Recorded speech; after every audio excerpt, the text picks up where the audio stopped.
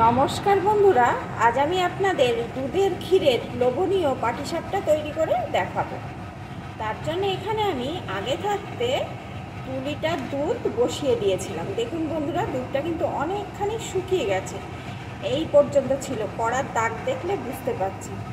এখন দুধটাকে এইভাবে নাড়িয়ে নাড়িয়ে প্রথমে আমি শুকিয়ে নেব। তাহলে বন্ধুরা দুধটা শুকাতে থাক, তার মধ্যে এই পাটিসাপটার যে ব্যাটারটি সেটি রেডি করে নেব। পাটিসাপটার ব্যাটার তৈরি করার জন্য এখানে আমি একটা পাত্রে আরেকটু দুধ নিয়ে নিয়েছি। এই দুধটা কিন্তু উষ্ণ গরম আছে। এখন এই দুধের ভিতরে দিয়ে দেবো একটু সুজি,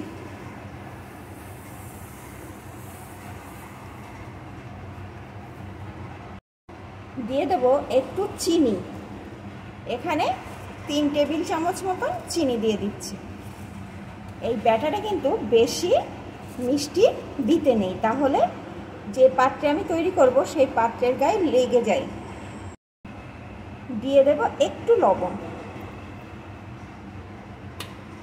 এখন একটু মিশিয়ে নেব।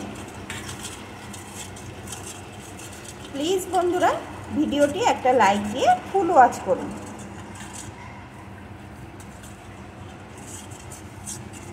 একটু মিশিয়ে নিলাম। এখন এর ভিতরে আমি একটু একটু করে ময়দা দেবো আর মেশাতে থাকবো। একসাথে কিন্তু দেব না, তাহলে বেশি হয়ে যেতে পারে। একটু একটু করে দেব আর এইভাবে মিশিয়ে নেব।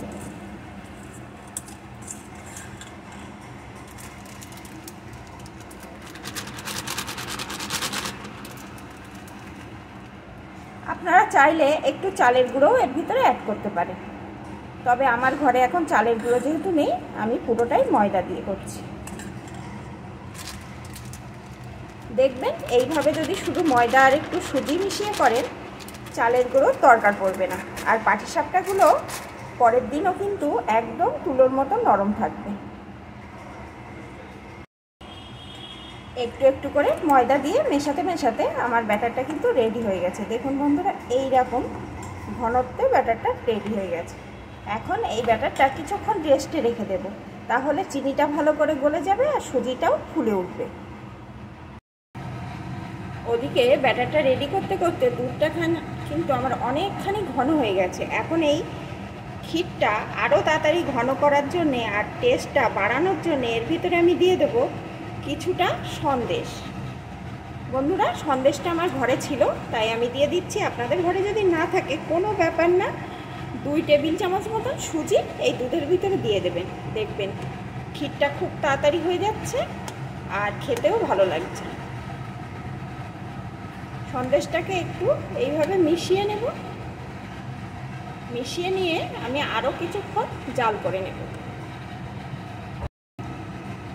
সন্দেশটা মিশিয়ে নেওয়ার সাথে সাথে দেখুন দুধটা কিন্তু আরও ঘন হয়ে গেছে। আর সন্দেশে একটু মিষ্টি ছিল, তাই আমার এখানে কিন্তু আর বেশি মিষ্টি লাগবে না। দুধটা তো ঘন হওয়ার সাথে সাথে মিষ্টি হয়ে যায়, সন্দেশের একটু মিষ্টি, তাই এখানে আমি 2 টেবিল চামচ মতন চিনি দিয়ে দিচ্ছি।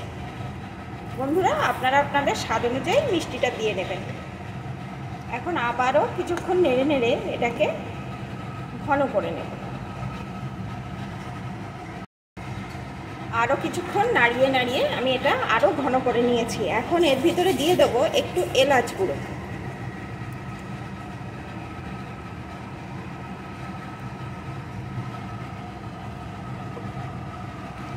ভালো করে মিশিয়ে আর একটুখানি জাল করে নেব।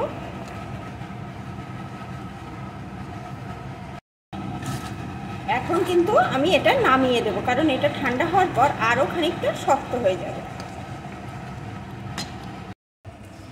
এদিকে ব্যাটারটা রেস্টে রাখার পর ব্যাটারের ঘনত্বটা কিন্তু এরকম এসছে। এখন আমি পিঠেগুলোকে তৈরি করে নেব। পিঠেগুলো তৈরি করার জন্য এখানে আমি একটা তাওয়া বসিয়ে একটু গরম করে নিয়েছি, তারপরে একটা কাপড়ের সাহায্যে তেল দিয়ে মুছে নিয়েছি। এখন গ্যাসের জোরটাকে একদম লোতে দিয়ে যে ব্যাটারটি রেডি করে রেখেছিলাম ওই ব্যাটার থেকে চামচে করে নিয়ে এর উপরে দিয়ে দেব।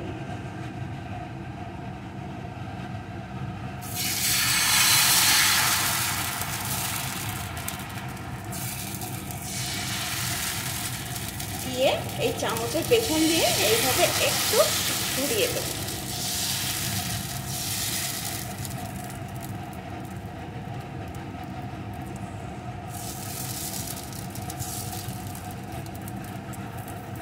এখন এইভাবে কয়েক সেকেন্ড রেখে দেব, অল্প আঁচেই কিন্তু করতে হবে।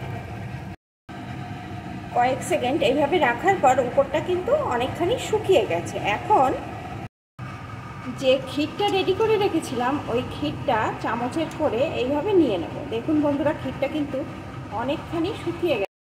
এখন এই রুটির একটা সাইড দিয়ে ক্ষীরটাকে এইভাবে বসিয়ে দেব।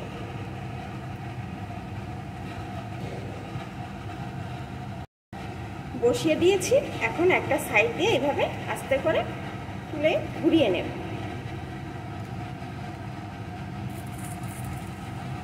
এরকম দেখুন কত সুন্দর উঠে যাচ্ছে। এইভাবে একটু চেপে চেপে দেব আর এইভাবে ঘুরিয়ে নেব। দেখুন কতটা সুন্দর হয়েছে, একদম পারফেক্টভাবে কিন্তু পিঠেগুলো আমার রেডি হয়ে গেছে। এই যে কাছ থেকে দেখাচ্ছি, আমি আবারও আরেকটা তৈরি করে দেখাচ্ছি। আবারও তাওয়ার ভিতরে আমি ব্যাটারটা থেকে চামচে করে নিয়ে দিয়ে দেব।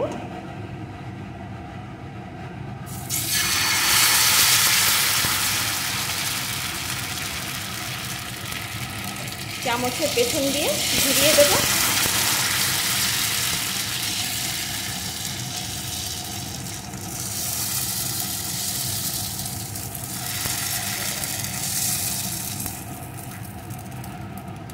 অল্প আছে কিছুক্ষণ রেখে দেব। কিছুক্ষণ রাখার পর উপরটা কিন্তু শুকিয়ে গেছে। এখন ক্ষীরটা চামচে করে নিয়ে নেব, একটা সাইড দিয়ে দিয়ে দেব।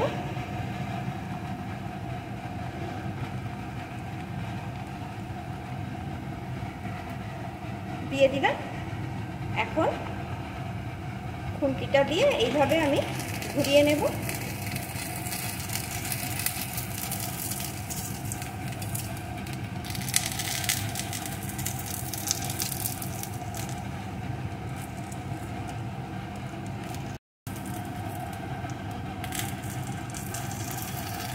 দেখুন বন্ধুরা কত সুন্দর উঠে যাচ্ছে,